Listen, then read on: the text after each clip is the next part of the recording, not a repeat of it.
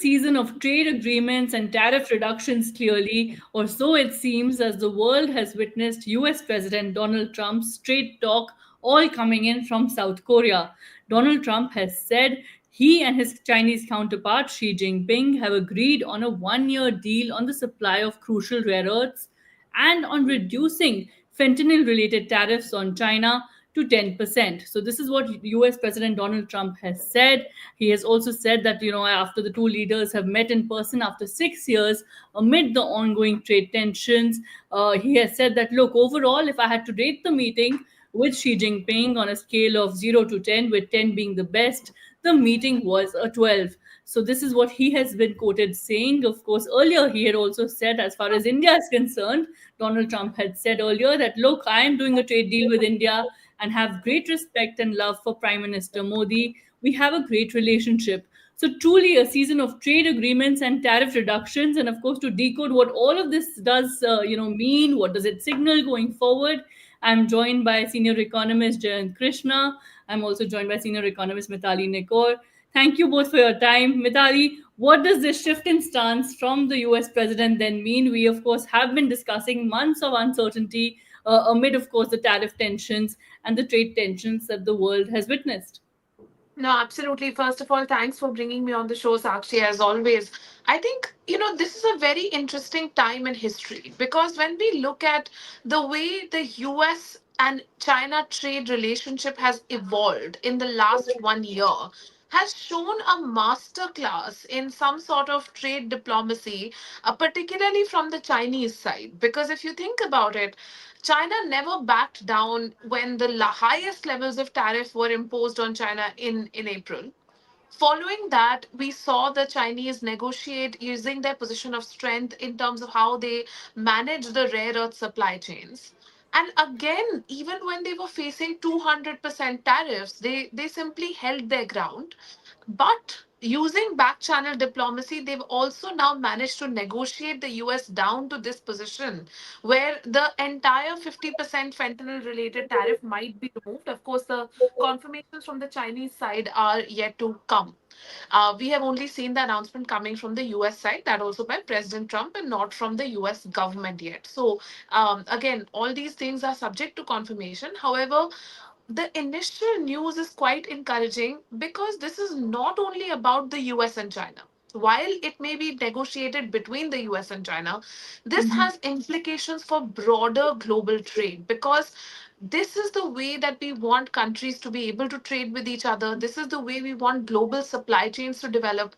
And it sets the precedent for, coming back to a world trade order, which is rules based and not arbitrarily based on tariffs imposed by one country. So I think it is very critical that these two countries, which are the largest economies in the world, should be able to work out a trade relationship and should set a precedent for the rest of the countries to come and say this is we are going back to a rules based trading order, and that automatically improves the uncertainty in the global economy and portends well for global growth.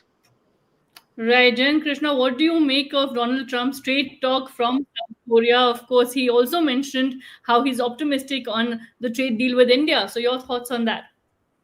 Yeah, so I mean, just to before I come to India, just to add to what Mitali said, Sakshi, uh, Mhm.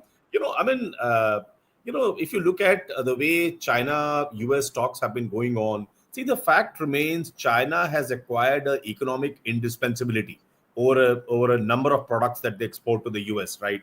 Look at rare earths, look at magnets, where in terms of mining, they control almost 70% of the world's rare earth supplies. In terms of processing, they control almost 90% of rare earths. So I think they know that they can hold US to ransom when it comes to these products. And also, I think if you look at President Trump's enemy number one when it comes to trade negotiations is not India or other countries, it is China, because China is the country where on goods, export import itself, the goods trade itself, there is a deficit in favor of China of about $300 billion. So I think in that backdrop, we have to see whatever has happened. I'm happy that a truce seems around the corner. Now, shifting the gear to India, Sakshi, I think what is important is see now with the sanction on the two Russian crude oil companies, India has already started slowing down import of crude oil from Russia, right? And it will gradually keep on reducing with every cycle. So I believe that the additional 25% penalty which President Trump had imposed on India should go, with the passage of time, right? So remaining 25%, which remains, I think that is to be seen in respect of other competing countries which also export to the US, and our Indian exports to the US compete with those countries. Look at European Union; they have a duty of 15%. You look at Indonesia, Malaysia; they have a duty of 19%. If you look at UK and Japan, they have a duty of 10%. South Korea has 15%. Vietnam, Sri Lanka, and Taiwan have 20%. So I think what is important is, while President Trump has said that our a trade deal with India is around the corner, but I think it's important where this equilibrium settles. Where this mean tariff settles.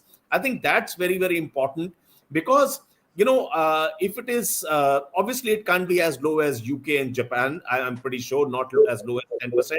But I think anywhere between 15 to 20%, where exactly it settles, that would decide how competitive our exports stay to the US. I think that's point number one.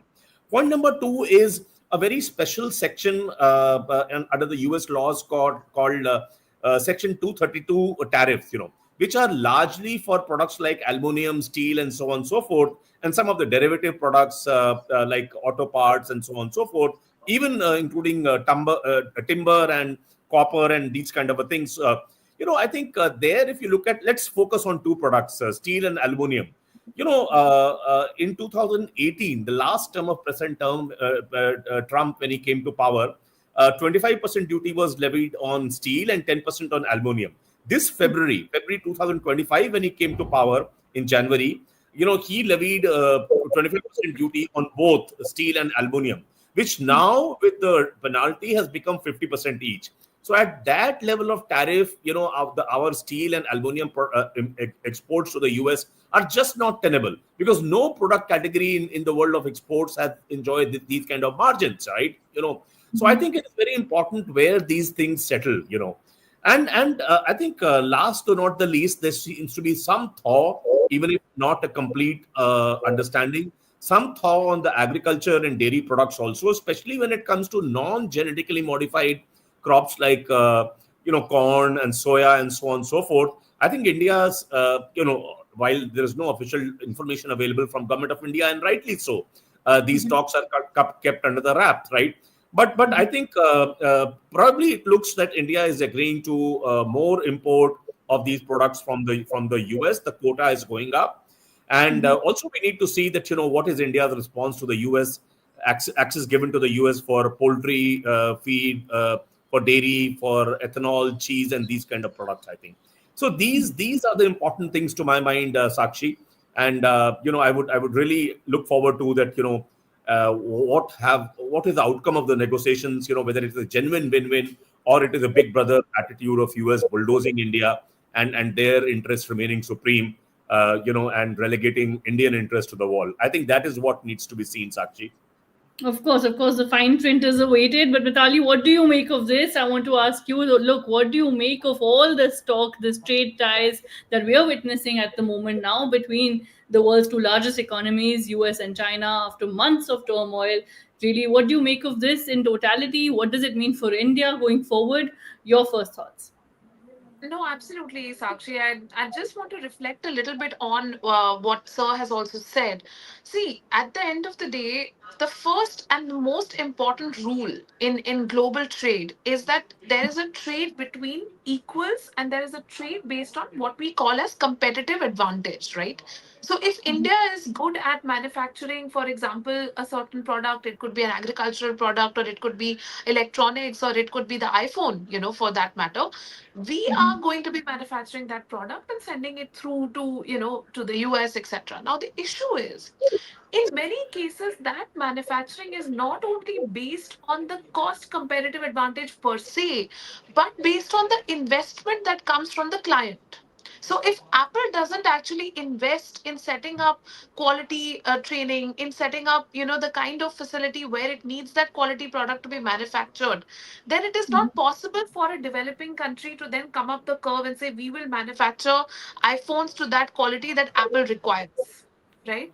So these are, this is where the politics, this is where the geopolitics comes in, and where the two countries relationships come in. And it's important for India to now go ahead and negotiate these kind of relationships, not only with American companies but with European countries, and also with British companies, because we have our free trade agreement with the UK. We have, opening up of the trade with EU. We are going to be opening up trade with Australia. And we have seen in this period, interactions with the US are always a little up and down, in that sense of, you can't always predict that relationship. It becomes very important to de-risk. It becomes very important to diversify. It becomes very important to bring in and leverage investment from all over the world into our manufacturing capabilities. That is the first. The second is, I would say that for India it's also critical that we don't ignore the Asian tigers and the Asian economies. I mean, it is very important for us to continue strengthening our relationship with China, a process that the Prime Minister himself started during the Shanghai Cooperation Summit, and then follow that up with also strengthening our relationship with countries like Vietnam. VinFast has already come and invested in Tamil Nadu, where I'm sitting today, actually, and also we've seen a lot of investments coming in, and interest coming in from Indonesia, Malaysia, Thailand, to also bring complementary value chains to India. So I think the thawing of this US China relationship at a macro level signals that we are returning to a rules based trading order in the global economy. But Mhm. it also signals for India that we have to continue our exercise in diversification. We cannot, take any country for granted. Right, Jan Krishna, do you agree? We need to continue the path towards diversification in more ways than one. And really, what does this then mean? We've seen months of uncertainty. The world has seen months of uncertainty as far as the whole trade and tariff talk is concerned. So, do you see the path towards stability now? And then, what does this mean for the world and for India in particular? So absolutely, Sakshi. I mean, India has been trying to diversify its exports markets. If you look at, we have signed FTA with the UAE, we have signed with the UK, we have signed near FTA equivalent with Australia. Talks are happening with Canada, with European Union, and so on and so forth. So rather than all laying all eggs in one basket, I think we have been in talks with many of these countries and to diversify exports. That's surely. From an India US perspective, if you look at, I mean, let's not forget a few facts that US is India's second largest trading partner, and one of the very few countries with whom India has a trade surplus in its favor, right? So I think that is very important. And when you look at the foreign direct investment (FDI), US is the largest for several years in a row. US has been the largest country from where we get FDI, right? People may think, what's the linkage between trade and FDI? There is, I mean, in a separate program I could perhaps explain, but there's surely a linkage. So I think that's one. And also India is very well placed. Look, from a US perspective, what do they want? They want a greater access to Indian markets because India is the most populous country in the world. They also know that, to keep, if you don't have to lay all eggs in Chinese basket by way of manufacturing, then India is perhaps the best destination anywhere in the world after China as an alternate supply chain destination where manufacturing actually happens, which is in the interest of the US as well, right? Indian diaspora is so strong in the US, and the kind of extreme economic aggression China has been showing for last several years, especially vis-a-vis US. I think India is quite well placed to address that. So I think there is a win-win for both the countries. If we have a mutually agreeable trade deal signed at the earliest, I see it getting signed as early as sometime late November itself. If not, because if it doesn't happen early December, then US goes for a holiday, and then it will move to January, right?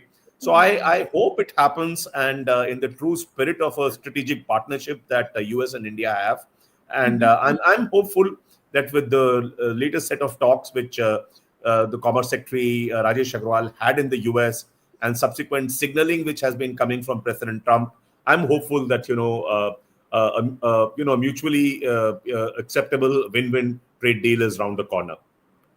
All right. Well, on that optimistic note, thank you so much for sharing your thoughts and for decoding Donald Trump's trade talk. And of course, we will continue to witness more of it in the months ahead, I'm sure. Thank you. Thank you for your time.